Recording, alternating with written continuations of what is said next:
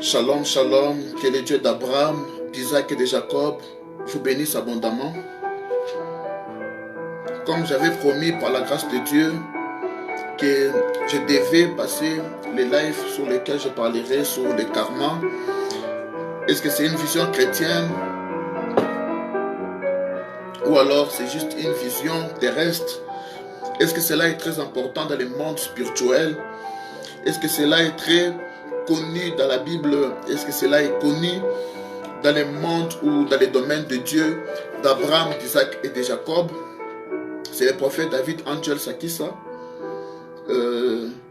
J'aimerais partager avec le corps de Christ cette révélation. Les karma qui veut dire les retours ou les retombées de nos actes. Ça peut être positif, ça peut être aussi négatif. Mais par moments, les gens croient que non, quand on parle de karma, c'est strictement négatif. Non, non. Ça peut être positif, ça peut être négatif. Ça dépend de l'acte que vous avez posé a priori. Si l'acte a été l'acte bienfaisant, alors en revanche, vous allez recevoir aussi des bénédictions divines. Et alors, si l'acte a été malfaisant, alors vous aurez aussi à subir les retombées négatives. On doit savoir comment, par la puissance de Jésus-Christ, comment briser le karma qui est négatif pour vivre les bénédictions positives cette fois-ci. Alors, par le sang de Jésus-Christ, c'est possible, mais c'est moyennant quelques connaissances encore supplémentaires.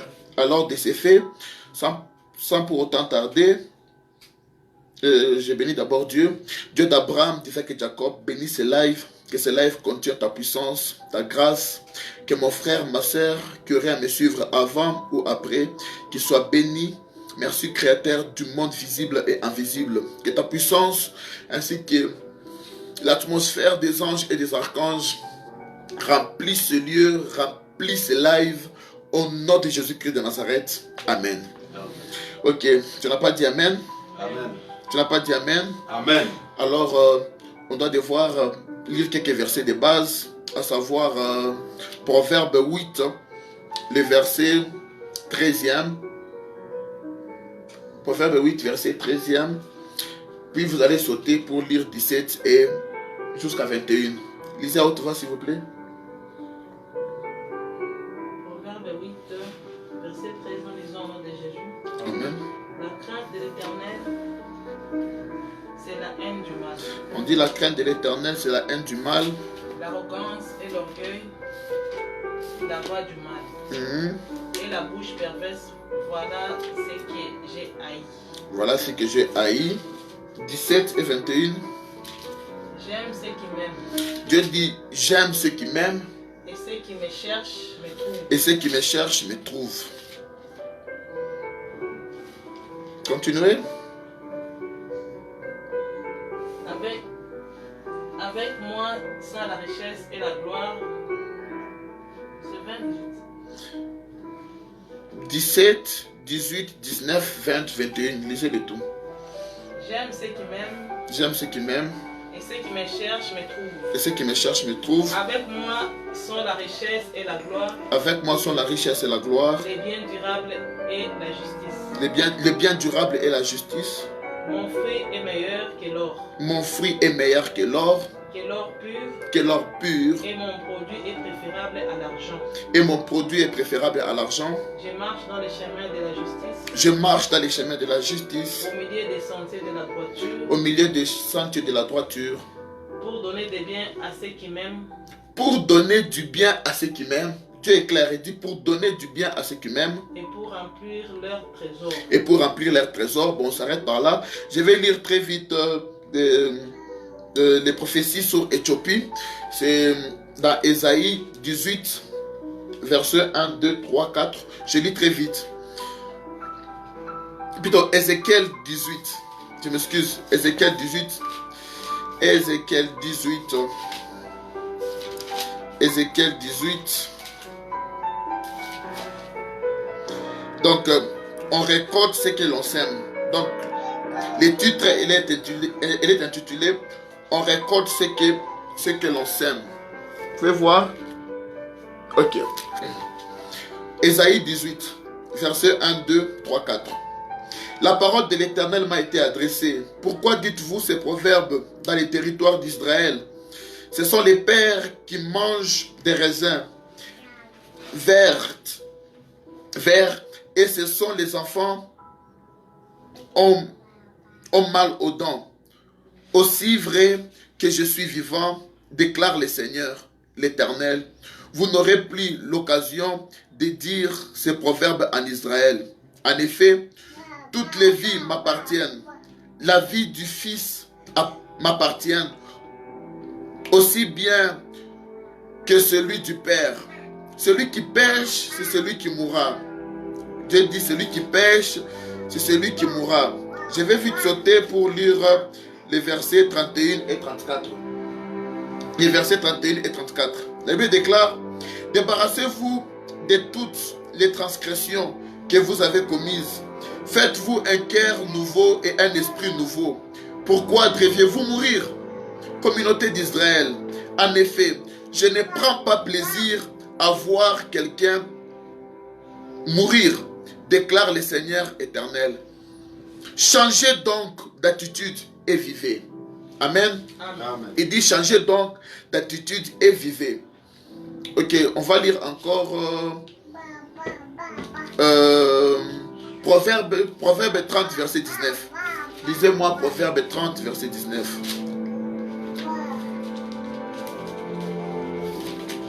Très vite. Proverbe 30, verset 19.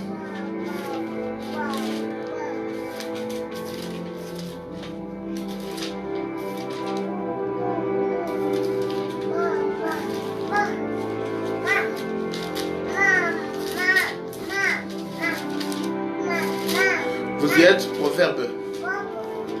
Au début, hein? Au début. Lisez très vite Proverbe, non? Et plutôt Deutéronome 30, verset 19. Deutéronome 30, verset 19. Très vite. Bon, je vais lire ça très vite. Hein. Deutéronome 30, verset 19. Nous lisons la parole au nom de Jésus-Christ. Amen. Ok. La Bible déclare: j'apprends aujourd'hui à témoin contre vous les ciels et la terre. J'ai mis devant toi la vie et la mort, la bénédiction et la malédiction. Choisis la vie afin que tu vives, toi et tes descendances. Choisis la vie afin que tu vives, toi et tes descendances. Je prends encore très vite 1 Jean 5. 1 Jean 5. Les versets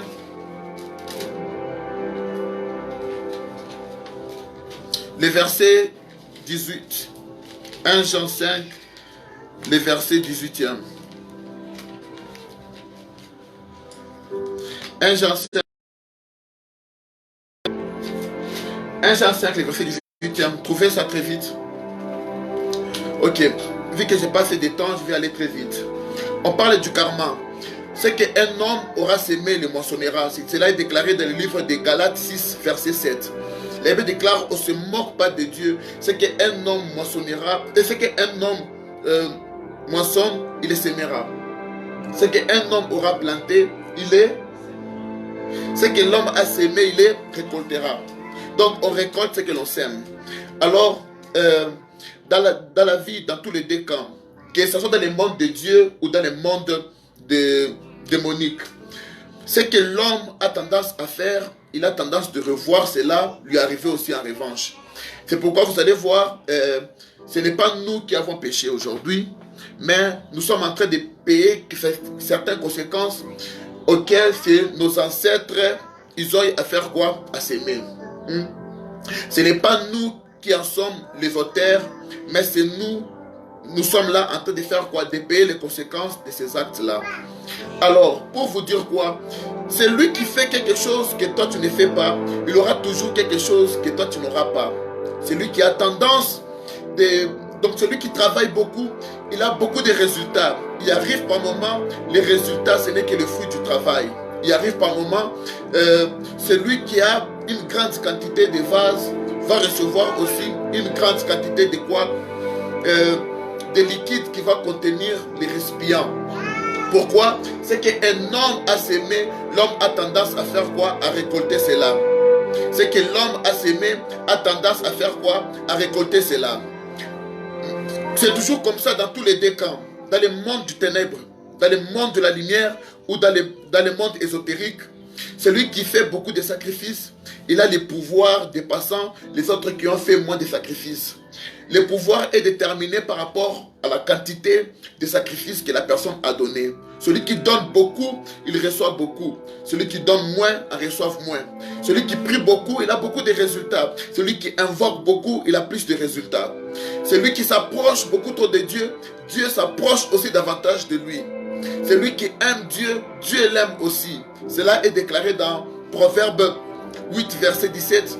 Dieu lui-même, il dit, j'aime ceux qui m'aiment et ceux qui me cherchent me trouvent. Ceux qui cherchent Dieu, ils ont comme récompense, Dieu se laisse trouver par ceux qui le cherchent. Et ceux qui ne cherchent pas Dieu, et ne voient pas la face de Dieu comme ceux qui cherchent Dieu. Les chrétiens aiment beaucoup trop rester dans l'idée auquel on dit, non, même si tu ne cherches pas Dieu, si Dieu lui t'aime, il va te chercher. Et la religion chrétienne est en train de devenir de plus en plus faible. Pourquoi? Les chrétiens ils se disent, même si je fais le mal aujourd'hui, il n'y a pas de problème, Dieu va me pardonner, je vais continuer ma route. Tu vas continuer ta route mais étant blessé. Tu vas continuer ta route mais ayant beaucoup de casiers judiciaires. Oh, Dieu a effacé les actes et les ordonnances qui nous condamnaient. Il n'y a pas de problème, mais n'oubliez pas, c'est qu'un homme aura semé, il le moissonnera. On ne se moque pas de Dieu. Et les bouddhistes commencent à respecter l'idée de ne pas commencer à faire le mal, car ils savent que non, au fil du temps, j'ai fait le mal, ce mal-là va retomber sur moi, je vais encore davantage m'attirer malheur sur moi. C'est pourquoi l'abbé déclare, je prends les cieux et la terre en témoin. J'ai mis devant vous deux chemins, la vie et la mort. Et je vous conseille de choisir la vie pour que vous puissiez vivre vous ainsi que votre famille. Écoutez-moi très bien. Si tu fais ce que les autres ne font pas, tu auras toujours quelque chose qu'eux aussi n'ont pas. Et celui qui a déjà invoqué Dieu dans les dimensions auxquelles toi tu n'as jamais invoqué, il a toujours eu quelque chose que toi tu n'as pas. C'est pourquoi on doit toujours maximiser encore davantage le bien, diminuer encore sensiblement le mal. Celui qui fait les biens retombent sur lui. Celui qui fait le mal retombe sur lui. Et aussi, on s'attire toujours triples actes, ou alors triple avantage ou triple désavantage. Quand tu fais une bonne chose une fois, la bonne chose là va retourner vers toi avec trois dimensions. Et quand tu fais encore le mal une fois, le mal va retourner sur toi 3 fois. Pourquoi? C'est ça. Ce que l'on sème, on le moissonne. On récolte ce que l'on sème. Lorsque tu prends 3 graines de maïs, tu mets dans les... Donc tu viens de planter 3 graines de maïs. Tu ne vas pas récolter 3 graines de maïs. Tu vas récolter beaucoup de graines de maïs. C'est pareil. Quand tu fais 3 bonnes choses, tu vas récolter des milliards de bonnes choses. Et quand tu fais 3 mauvaises choses, tu vas récolter des milliards de mauvaises choses. C'est pourquoi, durant cette année 2022 et durant les années qui viennent, à partir de maintenant, il est bien préférable que nous, les enfants de Dieu, on commence à faire de bonnes choses. Parce qu'au fil du temps, on va faire de bonnes choses. Au fil du temps, on va vivre beaucoup de bénédictions dans nos vies. C'est pourquoi il arrive par moments d'autres démons, ce n'est pas Satan qui les leur a envoyés vers nous. D'autres mal choses, ce n'est pas forcément la sorcellerie de la famille qui a actionné cela. D'autres mal choses, c'est dépendant de nos actes que nous sommes en train de faire. Tu fais les bonnes choses t'arrivent. Tu fais les mauvaises choses t'arrivent. Et c'est pourquoi vous allez voir, l'homme, il est l'unique maître. Il est l'unique maître de sa vie. L'homme est censé prendre des décisions, effectuer des choix lui-même lui concernant son avenir. Écoutez-moi très bien. Par moments, nous les chrétiens, on est méchants. Nous sommes là, on est en train de faire de mauvaises choses. On vole les autres. Mais nous, quand on nous vole, on commence à détruire l'esprit de vol. Mungu, ou le hôtel n'est pas comme Maïchan. Tout celui qui vole dans ma vie, je les chasse, je les détruis. Mais tu oublies que non, toi aussi, tu as basé ta richesse sur le vol. On est méchant. Et puis, je vais vous donner une histoire là. une femme a suivi un homme de Dieu, lui a dit, je suis venu me repentir, donc je suis venu porter plainte auprès de vous, homme de Dieu. On a demandé à la sœur, qu'est-ce qu'il y a? Elle dit, j'ai une amie à moi, c'est ma meilleure amie, depuis notre enfance, depuis 14 ans, on est amis, elle et moi. Mais je ne comprends pas, mon amie ici est en train de sortir avec mon mari. Elle dit, ah, vous avez fait combien de temps dans votre amitié? Non, on a fait même 25 ans de notre amitié, car nous nous sommes connus il y a très longtemps, parce que là, elle naviguait maintenant dans les 31 comme ça. On a fait même 20 ans d'amitié. Après, j'ai dit quoi? Ah, est-ce que je peux parler avec ton ami là en question? Elle m'a dit d'accord, prenez son numéro. J'ai pris le numéro, j'ai appelé. Et elle a décroché. Et directement, la jeune femme que l'on avait reçue, elle a commencé à dire, là je suis c'est l'homme de Dieu, on va te maudire, Dieu va te parler aujourd'hui. Nanani nanana. La femme en question, elle a dit, passez-moi alors le prophète qui est à vos côtés. On a passé le téléphone. J'ai demandé à la femme, c'est vous qui sortez avec son mari? Elle a dit oui. J'ai dit, mais pourquoi tu sors avec son mari? Ce n'est pas bien. Vous devez aussi prier Dieu, que Dieu vous donne aussi un mari à vous. Elle a dit, il n'y a pas de problème, prophète, j'ai compris. Mais cette femme ici, elle doit aussi récolter ce qu'elle a sémé. J'ai dit, mais pourquoi? Elle dit, non, quand on faisait ce mal ensemble, elle et moi, on savait que c'était pas bon. Mais pourquoi est-ce qu'elle continuait? Aujourd'hui, elle aussi doit quand même payer les conséquences de ses actes. J'ai dit à cette femme-là, comment ça, explique-moi? Elle m'a dit ceci, que non, depuis l'âge de 16 ans, elle et moi, on sort avec les hommes mariés. Depuis l'âge de 16 ans, elle et moi, dans sa famille, s'il y a un oncle qui est riche, elle me fait passe. Et dans ma famille, s'il y a aussi un oncle qui est riche, je la fais passe. C'est comme ça, on a détruit le foyer de plusieurs personnes à Lubumbashi. On a détruit les couples. Aujourd'hui, mes tantes sont divorcées à cause d'elle. Et aussi, elle aussi, ses tantes et ses oncles ont divorcé à cause de moi. On a détruit beaucoup de couples. Et aujourd'hui, elle a maintenant son mari. Nous, on sort avec son mari et elle commence à avoir mal. Nous, on a détruit même 100 foyers. On a créé même des divorces. Il y a d'autres familles qui sont même à la rue aujourd'hui. Et les pasteurs nous conseillaient, on savait que faire ça, ce n'était pas bon. Mais on continue à faire ça. Et aujourd'hui, parce qu'elle a un mari, nous, on sort un peu avec son mari, elle commence à se plaindre. Pourquoi elle est méchante comme ça? Mais pour dire la vérité, c'est très méchant de ta part. Tu connais que Jésus-Christ existe. Tu connais que ce que tu fais là, c'est un mal. Tu connais qu'il faut se repentir. Tu ne te repens pas maintenant. Tu continues encore de faire le mal. Un jour, tu te repens maintenant. Parce que tu crois que non, tu es maintenant en sécurité. Et puis on commence à toucher ce qui est à toi, tu commences à avoir mal. Non, non. Quand j'ai prié pour cette dame-là, Dieu m'a dit quoi? Elle doit payer les conséquences de ses actes. Je ne vais pas rien changer. Elle doit sentir ce que les autres sentaient. Il arrive par moment, on fait du mal, on blesse les autres. Mais quand nous on nous blesse et puis on commence à avoir mal, on commence à faire de longues prières pour jeter la malédiction à la personne qui nous fait du mal. Ce n'est pas gentil. C'est pourquoi si tu ne veux pas qu'un mal puisse t'arriver, ne fais pas aussi le mal. Écoutez-moi très bien. Il y a une phrase dans les livres secrets, on dit, si quelqu'un voit le mal s'abattre sur lui, qu'il examine donc ses actes. Donc quand tu vois un mal t'arriver, tu dois examiner tes actes. Quand tu vois les portes fermées, tu dois examiner tes actes. Parce que dans chaque malédiction, il y a l'homme qui a ouvert les portes pour que le malheur fasse son entrée. Quand tu ne fais pas le mal ne t'arrivera pas. C'est pourquoi vous allez voir les gens qui sont tellement dans la sanctification, ils ne prient même pas beaucoup. Ils prient seulement un peu, ils ont plus de résultats.